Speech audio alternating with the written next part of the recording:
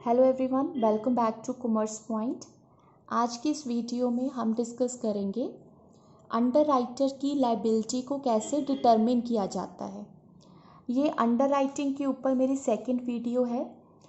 आप इसके ऊपर जो फर्स्ट वीडियो मैंने बनाई है उसको भी ज़रूर देखिएगा, तभी आपको सेकंड वीडियो जो है वो समझ आएगी। ठीक है, अब इसमें हम बेसिकली एक न्यूमेरिकल सॉल्व करेंगे जिससे आपको क्लियर होगा कि अंडरराइटर की लायबिलिटी को कैसे डिटरमिन किया जाता है। आपको मैं रिकमेंड करूँगी कि कभी भी आपको अंडरराइटिंग के ऊपर क्वेश्चन आए, आपने लायबिलिटी डिटरमिन करनी हो तो आप ना एक फॉर्मेट तैयार कर लीजिएगा। उस फॉर्मेट में आपने क्या करना है, सबसे पहले तो इसको टी फॉर्म में बना लीजिए। मान लीजिए कि आपके पास क्वेश्चन में दो अंडरराइटर्स हैं एक्स और वाई, तो यहाँ पर मैं लिख लूँगी X, then you will write here Y, done. और यहाँ पर हमारे आ जाएगी डिटेल। आप यहाँ पर पर्टिकुलर्स भी लिख सकते हैं, कुछ ना लिखना चाहे तो भी ठीक है। ठीक है, ये आपका वर्किंग नोट बन जाएगा। तो सबसे पहले आपने लिखनी है ग्रॉस लायबिलिटी। ग्रॉस लायबिलिटी हमेशा आपको क्वेश्चन में गिवन होगी, राइट। आपको मैं एक न्यूमेरिकल भी करवाऊंगी जिससे आपको ये क्लियर हो जाएगा। ग्रॉस लायबिलिटी में से सेकंड हमने पॉइंट लिखेंगे less marked application. Marked application, okay. Now what is the marked application, मैं वो आपके साथ डिस्कस करूंगी। पहले हम फॉर्मेट बना लेते हैं। मार्क्ड एप्लीकेशन लेस करने के बाद अगला हम करेंगे लेस अनमार्क्ड एप्लीकेशन। जो अनमार्क्ड एप्लीकेशन होती है वो हम मैक्सिमम टाइम उसको ग्रॉस लायबिलिटी की रेशियो में डिवाइड करते हैं।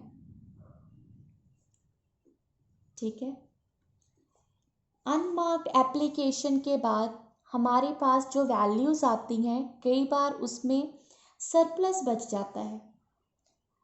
उस सरप्लस को हम क्या करेंगे, जो रिमेनिंग अंडरराइटर्स होते हैं उसके बीच में उसको डिवाइड कर लेंगे। ठीक है, उसमें डिवाइड करने के बाद हमारे पास बच जाएगी liability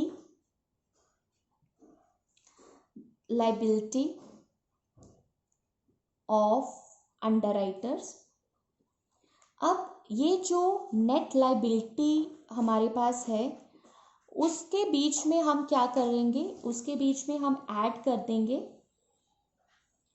firm underwriting. Firm underwriting, firm underwriting को ऐड करने के बाद जो हमारी वैल्यूज आती हैं, that value is the total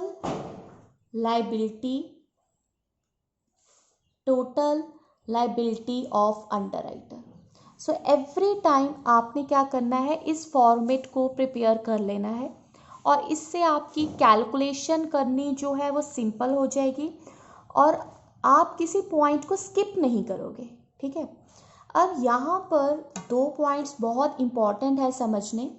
एक तो है कि हमारी मार्क्ड एप्लीकेशन क्या है, दूसरी बात है हमारी अनमार्क्ड एप्लीकेशन क्या है। सो सबसे पहले हम समझ लेते हैं कि मार्क्ड एप्लीकेशन क्या है, राइट। तो मान लीजिए ABC कंपनी है। ABC कंपनी ने 10,000 शेयर्स इशू करने हैं और उनके शेयर्स को XYZ ने ले लिया। XZ, मैं आपको 5,000 शेयर्स की गारंटी देता हूँ कि 5,000 शेयर मैं आपके सेल करूँगा। YZ, मैं आपके 3,000 शेयर्स की गारंटी लेता हूँ, इसका मतलब कि आपके 3,000 शेयर्स मैं सेल करूँगा। एंड ZZ, मैं 2,000 शेयर्स की गारंटी लेता हूँ, आपके 2,000 शेयर्स मैं सेल आउट करूँगा, राइट। अब मान लीजिए कि कंपनी को एप्लीकेशन आती है 8,000 शेयर्स की, ठीक है, 8,000 शेयर्स की एप्लीकेशन आ जाती है। अब हमें कैसे पता लगेगा कि 8,000 के बीच में एक्स की एफर्ट्स की वजह से कितनी सेल हुई, वाई की एफर्ट की वजह से कितनी हुई और जेड की एफर्ट की वजह से कितनी हुई, ठीक है। तो यहाँ पर प्रॉब्लम क्रिएट हो जाती है आइडेंटिफिकेशन की। हमें ये नहीं पता लगता कि कौन सी एप्लीकेशन किसके थ्रू आई है, ठीक है। तो ये पता करने के लिए हम क्या करते हैं, एप्लीकेशन के ऊपर एक स्टैंप लगा देते हैं। ये मान लीजिए एप्लीकेशन है, इस पर ये स्टैंप लग गई एक्स की, इस पर स्टैंप लगी हमारी वाई की, और इस पर स्टैंप लगी third under writer that is the Z, Z की स्टैंप लगी, राइट। अब हमें पता लग जाएगा, जो ये स्टैंप है ना, स्टैंप लगने के बाद एप्लीकेशंस बन जाती है हमारी मार्क्ड एप्लीकेशन, ठीक है। अब हमें पता लग जाएगा, मान लीजिए क्वेश्चन में लिखा हो 4,000 वॉज एप्लीकेशन मार्क्ड एक्स, इसका मतलब 8,000 में से 4,000 एप्लीकेशन एक्स की वजह से आई है, और उस 3,000 पर लिखा हो वाई, इसका मतलब 8,000 में से 3,000 एप्लीकेशन वाई की वजह से आई है। 500 एप्लीकेशंस में अगर लिखा हो जेड, इसका मतलब 8,000 में से 5,000 एप्लीकेशन जेड की वजह से आई है। ये हमारी बन जाएगी मार्क्ड एप्लीकेशन, राइट। अब टोटल करके देखो जरा, 4 + 3 7, 7 + 5 कितने हो गए 7,500। इसका मतलब 8,000 के बीच में से 7,500 एप्लीकेशंस जो हैं वो हमारी क्या है, मार्क्ड एप्लीकेशन है। तो रिमेनिंग एप्लीकेशन कितनी बच गई, रिमेनिंग बच गई मेरी 500। जो 500 एप्लीकेशन है वो ना तो एक्स की वजह से आई, ना तो वाई की वजह से आई, ना तो जेड की वजह से आई। तो इन्हें हम कहते हैं unmarked application. Okay, I hope now the things are clear कि ये जो हमारा फॉर्मेट था इसमें हम क्या लिखते हैं, सबसे ऊपर gross liability, then marked application, unmarked application, और फिर सरप्लस आ जाता है, ठीक है। सरप्लस को हम कैलकुलेट करेंगे। और थर्ड पॉइंट है हमारा firm underwriting. Firm under writing क्या होती है, जब हमारे अंडर राइटर्स ना श्योरिटी देते हैं कि ये तो हम अपने लिए ही खरीद लेंगे। कई बार कंपनी का ना काफ़ी स्कोप होता है कि हाँ कंपनी जो है ऐसा प्रोडक्ट लेकर आ रही है जिसकी काफ़ी सेल होगी, तो अंडर राइटर्स कहते हैं ये तो हम कंफर्म करते हैं, ये तो हम खुद ही बाय कर लेंगे, चाहे पब्लिक आपके शेयर्स को सब्सक्राइब करे कि ना करे, ठीक है। So that is known as the firm underwriting. Firm underwriting का क्वेश्चन मैं आपको नेक्स्ट वीडियो में करवाऊंगी। आज हम एक सिंपल केस कवर कर लेते हैं, दैट इज केस नंबर 1। अब इस केस 1 में देखो क्या सिचुएशन हमें गिवन है। Super India limited issued for 75,000 equity share. The whole share were underwritten as follow. Company लेकर आई है कितने शेयर, 75,000 शेयर्स, और उसमें से अंडर राइट कर लिए ए ने 50%, तो मैंने 75,000 का 50% कैलकुलेट कर लिया 37,500। बी जो है वो कहता है मैं 25% शेयर्स जो है वो सब आपके अंडर राइट कर लेता हूँ, तो 18,725 आपने 75,000 के ऊपर ये कैलकुलेट कर लेना है 25%। सो ये आ गया 18,750। देन सी से कि मैं कितने लूँगा 25%, तो 25% कितना हो गया 18,750, राइट। अब ये हमारी ये जो वैल्यूज़ है ना ये हमारी बन जाएगी ग्रॉस लायबिलिटी, ठीक है। This is the gross liability. तो फॉर्मेट में हमने इसको ऐड कर देना है, मैं इसी फॉर्मेट को चेंज कर देती हूँ। ये मेरा हो गया ए, देन बी, देन थर्ड है मेरे पास सी, ठीक है। ग्रॉस लायबिलिटी थी तो ग्रॉस लाइबिलिटी कितनी है क्वेश्चन में? 37,500, देन 18,750, 18,750, राइट। अब इसमें नीचे लिखा हुआ है applications for 60,000 shares were received. ठीक है, हमने जो है 75,000 शेयर्स इशू किए, जिसमें से 60,000 एप्लीकेशंस तो हमें ऑलरेडी आ गई हैं। ठीक है, out of which application 15,000 shares ऐसे हैं जिसके ऊपर स्टैंप है ए की। इसका मतलब 15,000 मार्क्ड एप्लीकेशन है ए के केस में। 7,500 ऐसी एप्लीकेशन है जिसमें बी की मार्क है। इसका मतलब मार्क एप्लीकेशन बी के केस में है 7,500। देन 15,000 एप्लीकेशन ऐसी हैं जिसके ऊपर स्टैंप है सी की।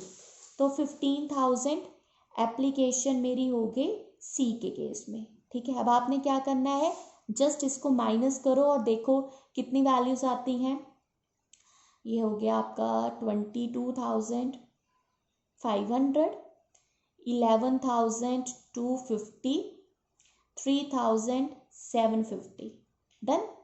अब हमने क्या करना है, अनमार्क्ड एप्लीकेशन को कैलकुलेट कर लेना है। अनमार्क्ड कैसे आएगी, ये पहले ऐड कर लीजिए।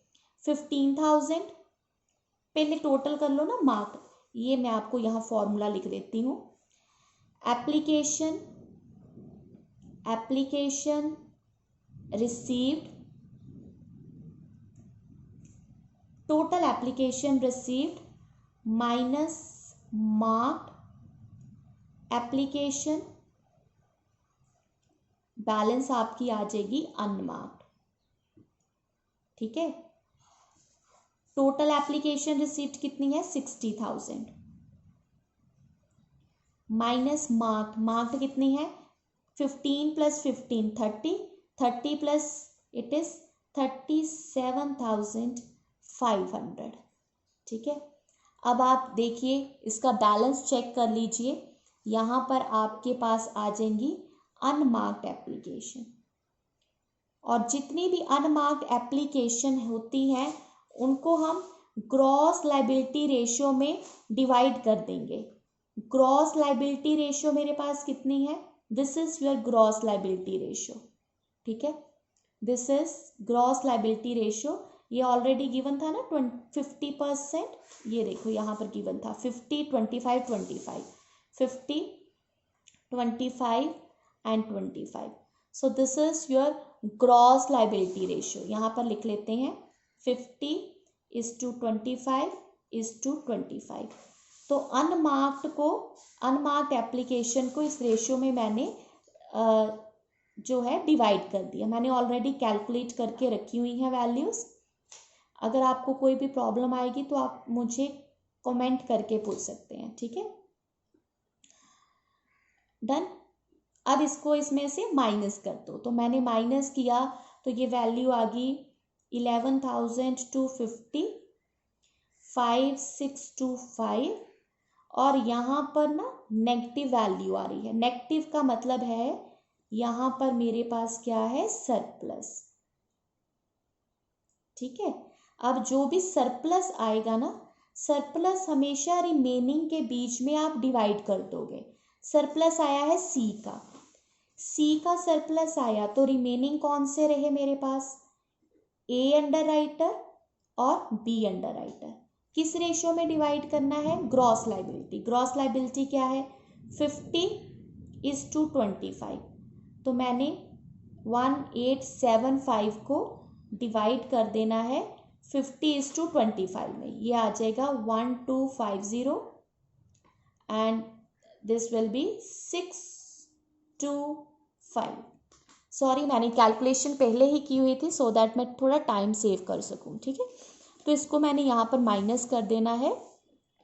यहाँ पर माइनस कर दीजिए 1250,625, right, and the balance come out to be 10,000 and 5,000।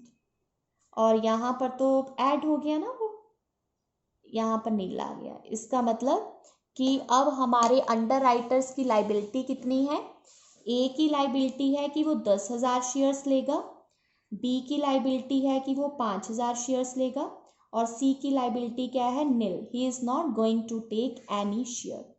So this is case number 1 जो कि हमने सिंपल डिस्कस किया। मार्क्ड एप्लीकेशन क्या है, अनमार्क्ड एप्लीकेशन क्या है। इसमें फॉर्म अंडर राइटिंग का कॉन्सेप्ट नहीं है। फॉर्म अंडर राइटिंग मैं अपनी नेक्स्ट वीडियो जो है उसमें डिस्कस करूँगी। I hope you will like this video. अगर वीडियो अच्छी लगे then don't forget to subscribe the Commerce Point. Thank you everyone.